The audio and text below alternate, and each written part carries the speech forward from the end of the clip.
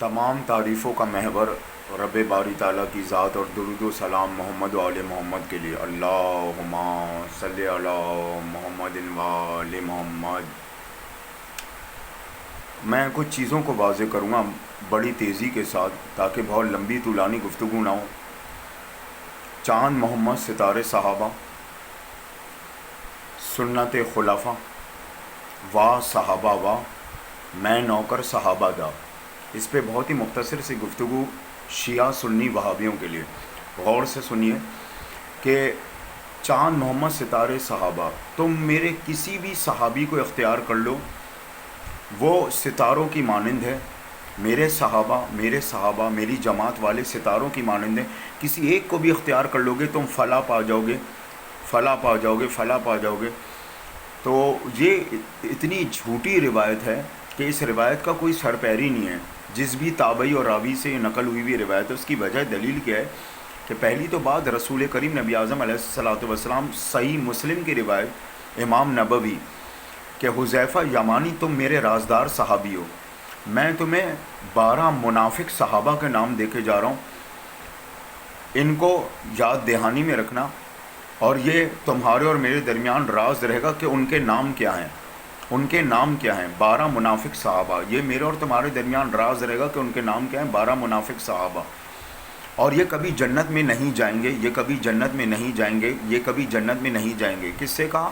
رسول خدا صلی اللہ علیہ تعالیٰ علیہ وسلم نے حذیفہ یمانی سے، جی صحابی اکبر، صحابی رسول اللہ سے، جو کہ رازدار صحابی تھے۔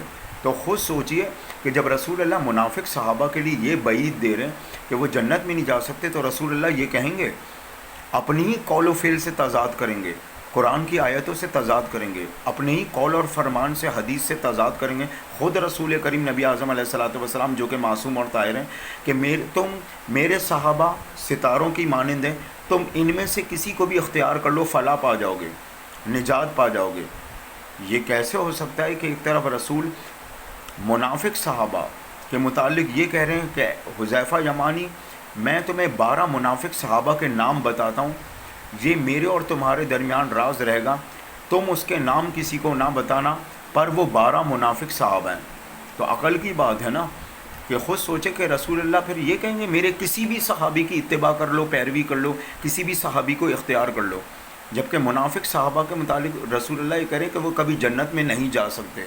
صحیح مسلم، امام نبوی، فقہ اہل سنت۔ اب آگے چلتا ہوں بعد میں کہ کسی بھی صحابی کو اختیار کر لو، یعنی کہ میرے صحابہ ستاروں کی مانند ہیں، تم ان میں سے کسی کی بھی اتباع کر لو، فلاح پا جاؤ گے۔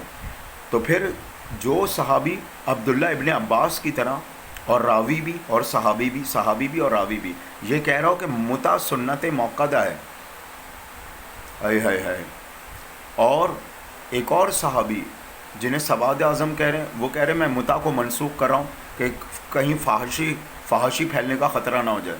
تو کیا وہ برابر ہو سکتے ہیں؟ کیا جاہل اور عالم برابر ہو سکتے ہیں؟ کیا مظلوم اور ظالم برابر ہو سکتے ہیں؟ کیا مومن اور منافق برابر ہو سکتے ہیں؟ کسی صورت برابر نہیں ہو سکتے۔ اور اگر ہم کسی ایک صحابی کی بھی اتباع کریں گے تو کیا اس نے جو سنت کے معاملات، غزوات، واقعات، جنگوں کے معاملات، رسول اللہ کے قول و فرمان، حدیثوں کے معاملات بیان کیے، کیا وہ دوسرے صحابی سے اتفاق کرتے بھی ہیں یا نہیں؟ تبھی تو ہم کسی ایک صحابی کو اختیار کریں گے۔ پتہ چلا صحابہ میں اختلاف پایا جا رہا ہے، جھگڑا پایا جا رہا ہے معاملات اسلامی کو لے کر، حدود اور تعزیرات کو لے کر، عبادات اور ریاضات کو لے کر، اور ہم کسی بھی صحابی کی اتباع کر لیں گے، یہ جانے بغیر کہ وہ مومن صحابی ہے یا منافق صحابی ہے، غازی، شہید اور جرار صحابی ہے، یا جنگوں سے فرار، یا جنگوں سے بھاگا ہوا فرار صحابی ہے، مومن صحابی ہے یا منافق صحابی ہے۔ جی جیسے کہ بخاری میں صحابہ کے متعلق آئے، جیسے کہ صحیح مسلم میں صحابہ کے متعلق آئے، امام بخاری، امام نبوی، جیسے کہ مشکات اور مستدرک میں، تاریخ طبری میں، مصنف ابن ابی شیبہ میں صحابہ کے متعلق آیا ہے۔ مومن صحابہ بھی، منافق صحابہ بھی، ظالم صحابہ بھی، مظلوم صحابہ بھی، اور عالم اور مفسر صحابہ اور ہیں، اور رائے عامہ والے صحابہ اور ہیں، صحابہ غربا اور ہیں، صحابہ اشرافیہ اقتداریہ اور ہیں، اشرافیہ اور ہیں، صحابہ غربا اور ہیں۔ تو پھر جب صحابہ کی اتنی بڑے پیمانے پہ تقسیم ہے، اتنی زیادہ ڈویژن ہے، تو آپ کسی بھی ایک صحابی کو اختیار کیسے کر لیں گے؟ اب آئیے ذرا، اس کا مطلب یہ کہ قرآن کی آیت سے بھی ٹکراؤ، رسول اللہ کے قول اور فرمان سے بھی ٹکراؤ اس روایت کا، تو راوی اور تابعی کی حالت دیکھ لیں کہ وہ رسول کی حدیث اور قرآن سے ٹکراؤ کروا رہا ہے، یہ کہہ کر کہ چاند محمد ستارے صحابہ۔ تم میرے کسی بھی صحابی کی اتباع کر لو، فلاح پا جاؤ گے، میرے صحابہ ستاروں کی مانند ہے۔ یہ ہو ہی نہیں سکتا کہ جب کہ مومن صحابہ بھی ہیں، منافق صحابہ بھی ہیں، جاہل صحابہ بھی، عالم صحابہ بھی ہیں، غریب صحابہ بھی، امیر صحابہ بھی ہیں، مظلوم صحابہ بھی ہیں، ظالم صحابہ بھی ہیں، مومن صحابہ بھی ہیں، منافق صحابہ بھی ہیں، تو یہ کیسے ہو سکتا ہے؟ جنگ صفین، جنگ نہروان، جنگ جمل میں صحابہ نے صحابہ کا قتل کیا، صحابہ نے ایک دوسرے پہ تبرہ کی، لان تان کی، روایتوں اور حدیثوں کے معاملات کو لے کے، عبادت اور ریاضت کے معاملات کو لے کے، حدود اور تعزیرات کے معاملات کو لے کے صحابہ میں جھگڑا ہے، مشاجرات صحابہ جسے کہتے ہیں، مشاجرات صحابہ جسے کہتے ہیں۔ اب آئیے سنت خلافہ پہ، کہ میرے بعد میرے خلافہ کی سنت پہ چلو۔ میں اگر حضرت عمر کی سنت پہ چلوں تو کبھی بھی حضرت ابو بکر کو اختیار نہیں کر سکتا، حضرت ابو بکر کی سنت پہ چلوں تو کبھی بھی حضرت علی کو اختیار نہیں کر سکتا، حضرت علی کی سنت پہ چلوں تو کبھی بھی حضرت عثمان کو اختیار نہیں کر سکتا۔ کیوں؟ کیونکہ ہر ایک کے دور کے معاملات الگ ہیں، ہر ایک کے فیصلے الگ ہیں، ہر ایک کے معاملے الگ ہیں، ہر ایک کے فیصلے الگ ہیں، ہر ایک کے دور میں ہونے والے واقعات الگ ہیں، ہر ایک کا مقام مرتبہ علیحدہ ہے، فضیلت کے لحاظ سے، مناقبت کے لحاظ سے، برتری کے لحاظ سے، افضلیت کے لحاظ سے۔ جی، ہر ایک کا قول اور فعل علیحدہ ہے، ہر ایک کا دور خلافت متضاد ہے، فرق پائے جاتے ہیں دور خلافت میں، کسی کا 10 سال ہے، کسی کا 4.5 سال ہے، 4.25 سال، کسی کا صرف 2 سال ہے۔ تو پھر سب سے بڑی بات ہے کہ صرف چوتھا خلیفہ ہے مسلمانوں کا، علی، جس نے کبھی بتوں کو سجدہ نہیں کیا، باقی تو کفر سے اسلام لے کر آئے، باقی 3 خلیفہ۔ یہ واحد علی ہے جو اللہ کا ولی ہے، کائنات کا امام ہے، مولا ہے، شیر خدا ہے، مظہر العجائب ہے، بوت راب ہے، جبکہ باقی 3 خلیفاؤں کو یہ فضیلت بھی حاصل نہیں۔ علی کے باپ کو یہ فضیلت حاصل ہے کہ رسول اللہ کو گھر میں امان دی، پناہ دی، رسول اللہ کی پرورش کی، نکاح پڑھایا، ولیمہ کیا، نعت پڑھی، میلاد کیا، جبکہ باقی 3 خلفاء کے باپ کو یہ فضیلت بھی حاصل نہیں ہے۔ علی کو شجاعت اور بہادری کی، بڑے بڑے کمالات کی، معجزات کی فضیلت حاصل ہے، باقی 3 کو یہ بھی حاصل نہیں۔ حضرت علی نے ہمیشہ غریبی میں زندگی گزاری، باقیوں نے بادشاہت میں زندگی بھی گزاری۔ جی، تو بہت بڑا فرق ہے۔ تو پھر کس خلافہ کی سنت پہ ہم چلیں گے؟ حضرت ابو بکر اور حضرت علی کی، حضرت علی اور حضرت ابو بکر کی، کہ جنہوں نے طلاق کو زبانی نہیں تحریری قرار دیا، متع کو سنت موقدہ قرار دیا حضرت ابو بکر، حضرت علی نے۔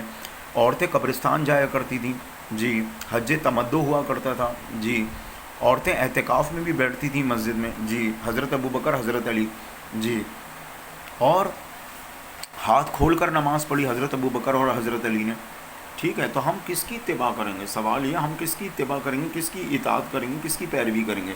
اگر ہمیں سنت خلافہ پہ چلنا ہے تو ہم لازمی سی بات ہے، چاروں کی تو اتباع نہیں کر سکتے، چاروں کی تو اطاعت اور پیروی نہیں کر سکتے، چاروں کے معاملات الگ، واقعات الگ، چاروں کا دور خلافت الگ۔ جی، تو یہ تو خود ہی پتہ چل گیا کہ یہ بھی گڑی ہوئی روایت ہے، خود پکڑی گئی۔ ایک بچہ بھی پکڑ کے ان دونوں روایتوں کو دکھا سکتا ہے، چاند محمد ستارے صحابہ اور سنت خلافہ۔ جی، ایک بچہ بھی اس کو پکڑ کے اس کی خرابی بیان کر سکتا ہے اس روایت کی، نہ کہ محدثین اور راویان اور علم رجال۔ جی، اب آئیے اگلی بات۔ جی، اور بھی بہت سے معاملات ہیں کہ کیا کیا بیان کروں میں۔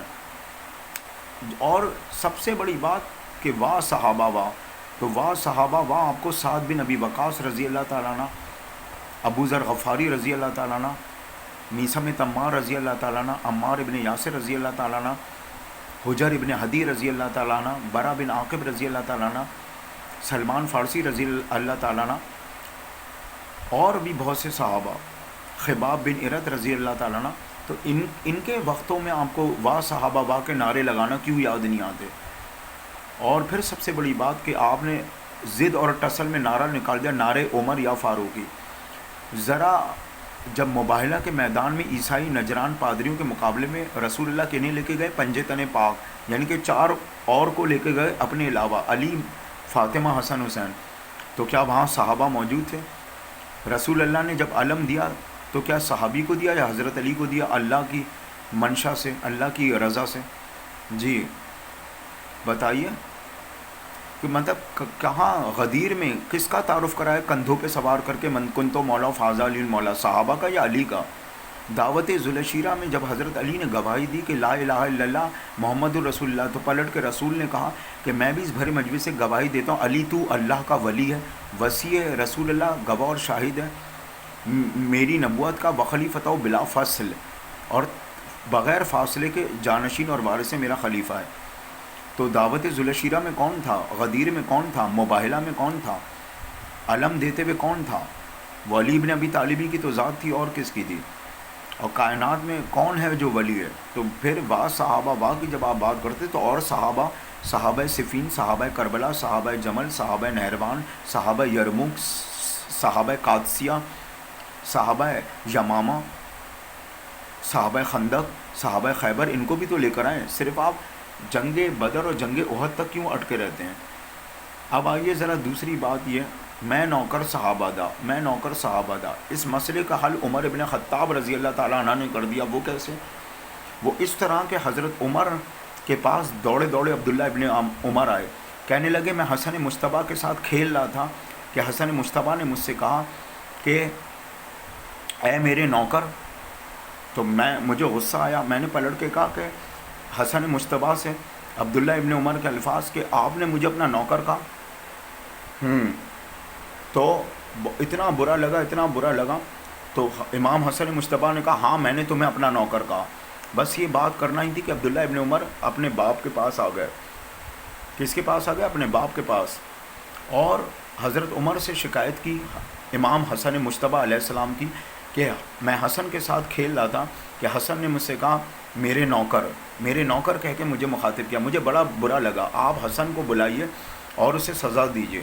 تو عمر ابن خطاب کا جملہ خلیفۃ المسلمین کا کیا تھا کہ حسن مجتبیٰ نے کیا غلط کہا؟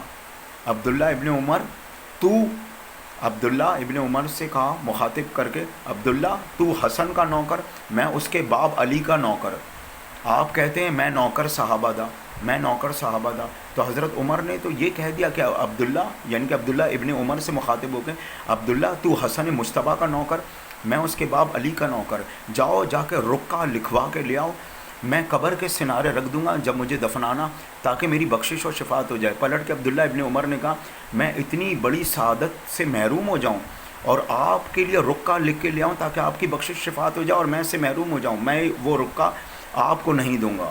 جی تو پتہ چلا کہ عبداللہ ابن عمر حسن مجتبیٰ کے نوکر، اور حضرت عمر کہہ رہے میں اس کے باپ علی کا نوکر، اور آپ کہہ رہے میں نوکر صحابہ دا۔ تو صحابہ خود کس کے نوکر؟ اہل بیت کے نوکر، اہل بیت کے نوکر، اہل بیت کے نوکر۔ گھر والے اور ہیں، رسول اللہ کے گھر والے اور ہیں، اور در والے اور ہیں، گھر والے اور ہیں اور در والے اور ہیں، دروازے والے اور ہیں۔ اور صحابہ اپنی حاجتیں، ضروریات اور مشکلات لے کے کس کے پاس آتے تھے؟ اہل بیت علیہ السلام کے بعد۔ صحابہ نے اسلام کے بعد احکام شریعت کس سے سیکھی؟ رسول کریم نبی اعظم صلی اللہ علیہ تعالیٰ علیہ وسلم سے۔ رسول اللہ اہل بیت۔